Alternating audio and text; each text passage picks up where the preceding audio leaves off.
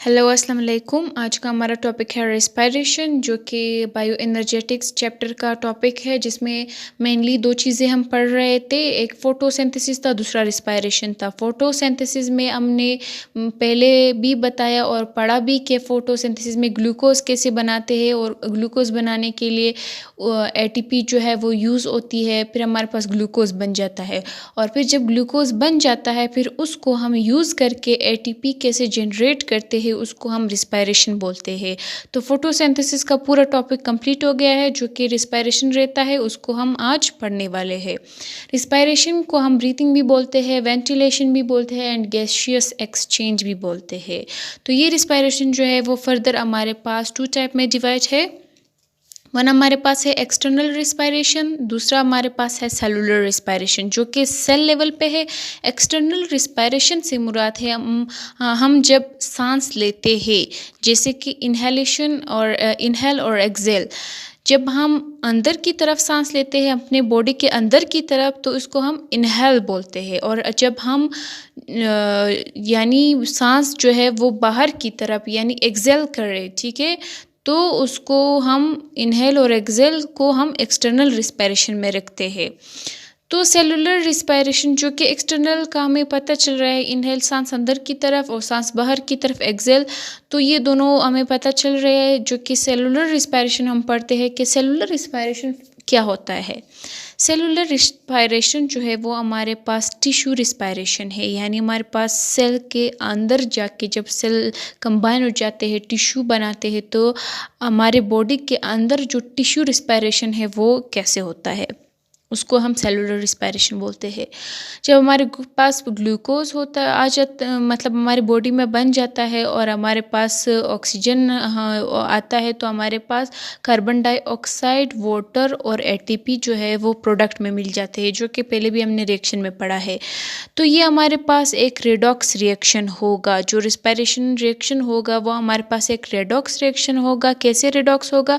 Redox का मतलब ये है कि हमारे पास ऑक्सीडेशन और रिडक्शन रिएक्शन दोनों हो, जिसमें दोनों होंगे, ये हमारे पास रिडॉक्स रिएक्शन कहलाएंगे। अब जो ऑक्सीजन है, यहाँ का ऑक्सीजन हमारे पास रिड्यूस होके H2O में आ रहा है। रिडक्शन से मुराद है कि हमारे पास एडिशन ऑफ हाइड्रोजन है, एडिशन ऑफ इलेक्ट्रॉन है, but the removal of oxygen है, ये हमारे पास रिडक्शन है।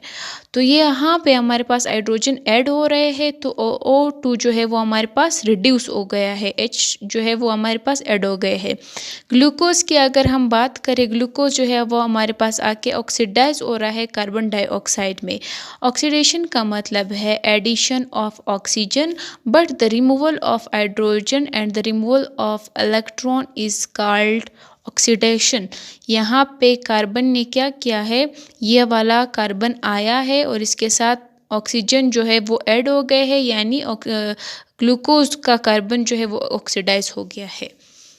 अब हमारे पास जो सेलुलर रिस्पायरेशन है, उसमें टू टाइप के रिस्पायरेशंस आते हैं, जैसे कि एक एनएरोबिक रिस्पायरेशन आता है, दूसरा एरोबिक रिस्पायरेशन आता है। एनएरोबिक रिस्पायरेशन में एब्सेंस ऑफ ऑक्सीजन होता है, यानी ऑक्सीजन के बगैर ये रिस्पायरेशन होता है, जिसको हम फर्मेंटेशन भी बोलते हैं। इसमें सिर्फ इंजाइम काम करते हैं। अब जो एनएरोबिक रिस्पायरेशन है वो फर्दर हमारे पास टू टाइप में डिवाइड है। वन है अल्कोहलिक फर्मेंटेशन, दूसरा है lactic acid fermentation. Alcoholic fermentation में हमारे पास यीस्ट होते हैं, जो कि खमीर जो हमें पता है घरों में जो खमीर यूज़ होता है उसको हम यीस्ट बोलते हैं, जो कि यूकैरियोटिक सेल से बिलोंग रखता है। यीस्ट जो है वो हमारे पास जब किंगडम्स बन रहे थे, तो उसमें हमारे पास किंगडम प्लांटी था, kingdom Animalia, kingdom fungi, kingdom protista. ये चार जो थे वो हमारे पास यूकैरियोटिक्स में आ रहे थे, और जो बैक्टीरिया था वो हमारे पास प्रोकैरियोटिक में आ रहा था। जो यीस्ट है वो हमारे पास फंजाई किंगडम से बिलोंग रखता है, जो कि फंजाई में इसकी क्लास है एस्कोमाइसीट।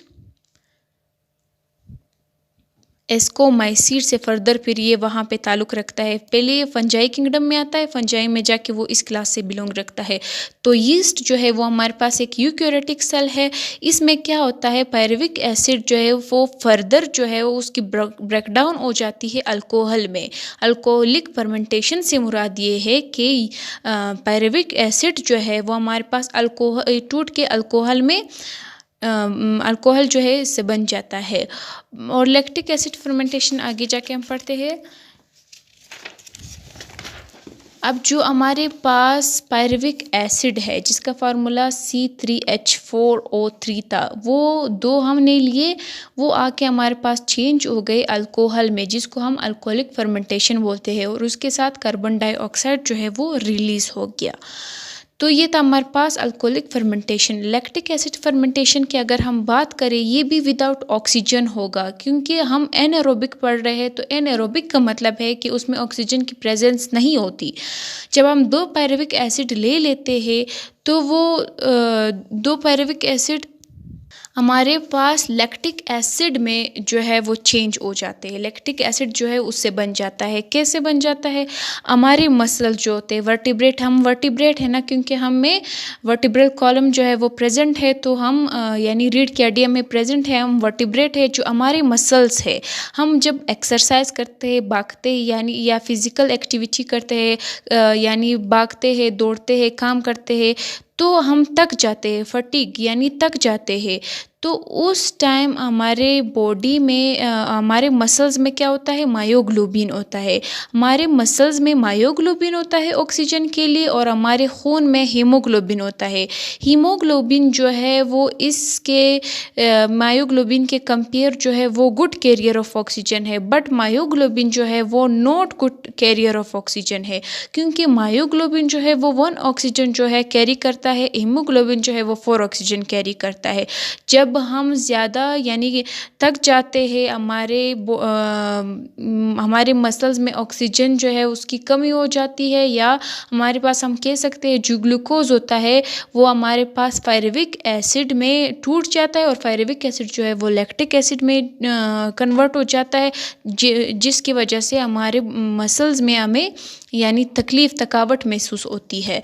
इसको हम लैक्टिक एसिड फर्मेंटेशन बोलते हैं।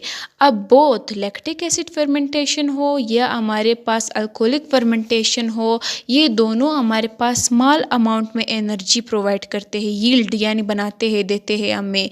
जैसे कि ये दोनों जब ग्लूकोज मॉलिक्यूल ले लेते हैं तो उस ग्लूकोज मॉलिक्यूल से सिर्फ 2% एनर्जी जो है वो यील्ड यानी हमें मिल जाती है। 2% एनर्जी जो है वो हमें मिल जाती है, जिसमें से ग्लूकोज का केमिकल बॉन्ड जो है, ठीक है, ग्लूकोज का केमिकल बॉन्ड सिर्फ उसको कन्वर्ट करा के एटीपी में चेंज कर देते हैं।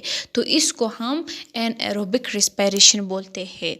अब एरोबिक रिस्पायरेशन की अगर हम बात करें, एरोबिक रिस्पायरेशन जो है उसमें हमारे पास ऑक्सीजन की प्रेजेंस होती है। In presence of oxygen, aerobic जो है उसमें हमारे पास ऑक्सीजन की प्रेजेंस होती है। एरोबिक में भी हमारे पास एंजाइम्स होते हैं, लेकिन ये ऑक्सीडेटिव फॉस्फोरिलेशन होता है। वहाँ पे अगर हमारे पास एटीपी बन रही थी, वहाँ पे ऑक्सीजन की प्रेजेंस नहीं थी। ऑक्सीडेटिव का मतलब ये है कि हमारे पास प्रेजेंस ऑफ ऑक्सीजन हो। ऑक्सीजन की मौजूदगी में जब एटीपी बनने का अमल होता है वो ऑक्सीडेटिव फॉस्फोरिलेशन कहलाता है। जैसे कि जब हम एटीपी ले लेते हैं और उसमें इनऑर्गेनिक फॉस्फेट ऐड करते हैं, in the presence of energy वो हमारे पास आके एटीपी बन जाता है। अब जब रेस्ट कंडीशन में हम होते हैं, यानी कोई काम नहीं कर रहे होते, लेटे होते हैं या बैठे होते हैं, तो उस टाइम भी हमारे बॉडी के तमाम सेल्स इंक्लूड मसल सेल्स भी सब हमारे बॉडी के सारे सेल में एरोबिक रिस्पायरेशन हो रहा होता है। ठीक है, तो इसका लोकेशन को क्या है, साइटोप्लाज्म है और माइटोकॉन्ड्रिया है। हमारे पास जब सेल होता है, ठीक है, सेल में न्यूक्लियस होता है। न्यूक्लियस की ये वाली जगह जो है, न्यूक्लियस की बाहर वाली जगह जहाँ पे हमारे पास यहाँ पे सेल ऑर्गेनेलिज भी प्रेजेंट होती है। काफ़ी cell organelles, ribosomes, endoplasmic reticulum, centrioles, ये सब प्रेजेंट होती है। तो ये जो खाली जगह पहले होती थी इसको हम साइटोप्लाज्म बोलते हैं। ठीक है, ये एरोबिक रिस्पायरेशन हमारे पास साइटोप्लाज्म में होता है। दूसरा हमारे पास एक सेल ऑर्गेनेली है, यहाँ पे प्रेजेंट होती है साइटोप्लाज्म में, जिसको हम माइटोकॉन्ड्रिया बोलते हैं। माइटोकॉन्ड्रिया हमारे पास डबल मेम्ब्रेन वाली एक ऐसे डबल मेम्ब्रेन वाली एक सेल ऑर्गेनेली है जो एटीपी बनाने में अहम किरदार अदा करती है, तो इसको माइटोकॉन्ड्रिया हम बोलते हैं। एरोबिक रिस्पायरेशन की लोकेशन ये है हमारे पास। अब एक छोटा सा पॉइंट अगर हम इंफॉर्मेशन के लिए इसको पढ़े कि एक एटीपी जब हम हाइड्रोलाइज करते हैं उससे कितनी एनर्जी निकलती है, उससे 7.3 कैलोरी एनर्जी जो है वो निकलती है। तो ये पॉइंट जो है ये काफ़ी इंपॉर्टेंट है एमसीक्यूज़ के हवाले से। ये मैंने यूँ ही बता दिया ताकि आपको मालूम हो कि एक एटीपी के हाइड्रोलाइज करने से हमें कितनी एनर्जी मिलती है। एटीपी हम एनर्जी को बोलते हैं, तो वो कितनी एनर्जी होती है। तो ये था हमारा आज का टॉपिक रिस्पायरेशन। इससे आगे जाके इसी टॉपिक को कंटिन्यू रखते हैं कि सेलुलर रिस्पायरेशन फर्दर उसके कितने टाइप्स होते हैं और हमारे पास वहाँ पे एटीपी काउंटर कैसे हम करेंगे। तो आगे जाके बहुत कंसेप्चुअल टॉपिक्स मिलने वाले हैं। तो तब तक के लिए देखते रहिए मेरा चैनल सदाका खड़। अगर आप लोगों को मेरी वीडियोस पसंद आई हो तो काइंडली लाइक कीजिए एंड सब्सक्राइब कीजिए मेरा चैनल, ताकि मेरे जितनी भी न्यू अपलोड वीडियोस है वो भी आप तक पहुंच जाए। Thank you so much and Allah हाफिज़।